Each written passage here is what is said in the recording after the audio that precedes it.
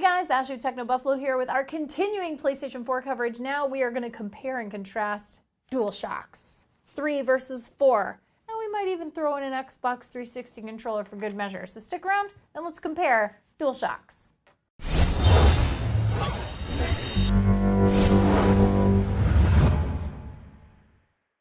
All right, so here is the Dualshock 4. This is your PlayStation 4 controller. It doesn't look, at first glance, if you haven't looked at your PlayStation 3 controller in a while, it doesn't look all that much different with the exception of this light bar and also the touchpad here. There's some extra buttons and things like that. We'll get to that in a second. But I just wanted to show you guys, this is the Dualshock 3. So this is the PlayStation 3 controller. If you want to put them right up on top of each other, you can see the difference. The handles have been lengthened a little bit. It's a little bit heftier. These feel extremely light compared to Dualshock 4. And also, honestly, this just feels a lot more solid in your hand. And one of the problems I've always had with PlayStation 3, and I don't know if it's the same with you, but I've always experienced if you have long gameplay sessions, you get a little bit of fatigue in your hands, especially right here in your pinkies and your ring fingers, but not so thus far with the Dualshock 4. It does feel a lot more comfortable in hand. Also, the bumpers have been kind of added to here, so you can see these are now a little bit bigger, a little easier to mash if you're playing something. I do really like the fact that they've made this actually concave instead of convex, so your finger fits comfortably there as opposed to having this rounded sort of feature on the top of the Dualshock 3. There's no real place for your finger to sort of fit, and it definitely does on the Dualshock 4. So here are your ports. Obviously now we have micro USB. Before it was just your little USB mini. And now we have a speaker in the middle and your PlayStation button. So let's do some comparing and contrasting. We've now got a speaker on board the Dualshock 4. This is a touchpad. That's obviously not available on the PlayStation 3's controller.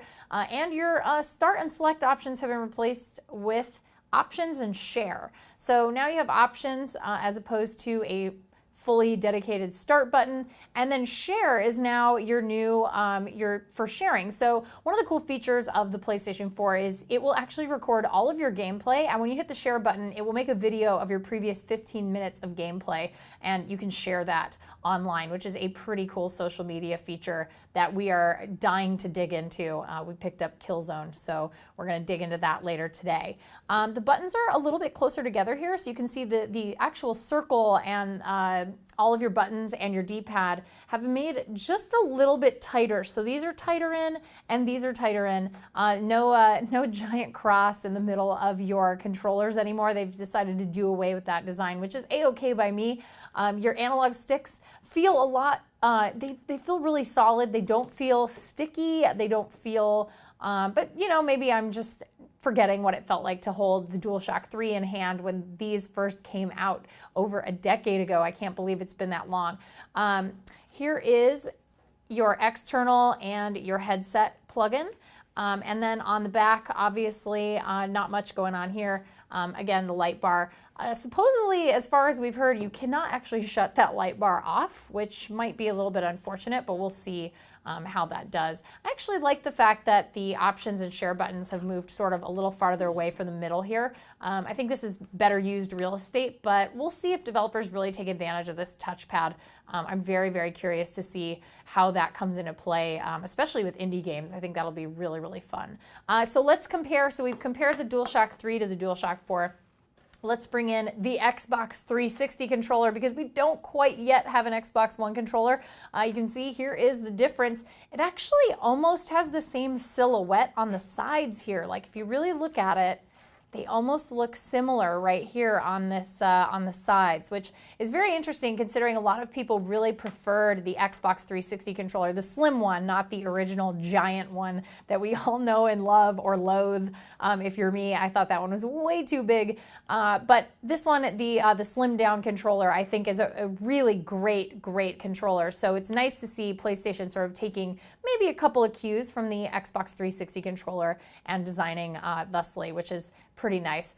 So here is our Xbox 360 controller, not not too different. And then of course, just for fun and comparisons purposes, because this is next gen, here is the Wii U gamepad. Obviously completely different than anything that you're gonna see on the Xbox One or the PlayStation 4. But to be fair, you can do remote play on the PlayStation 4, so I guess we'll give it a pass. But yeah, obviously very different if you haven't seen the Wii U gamepad compared to the DualShock 4. That's what it looks like, which is a little bit nuts.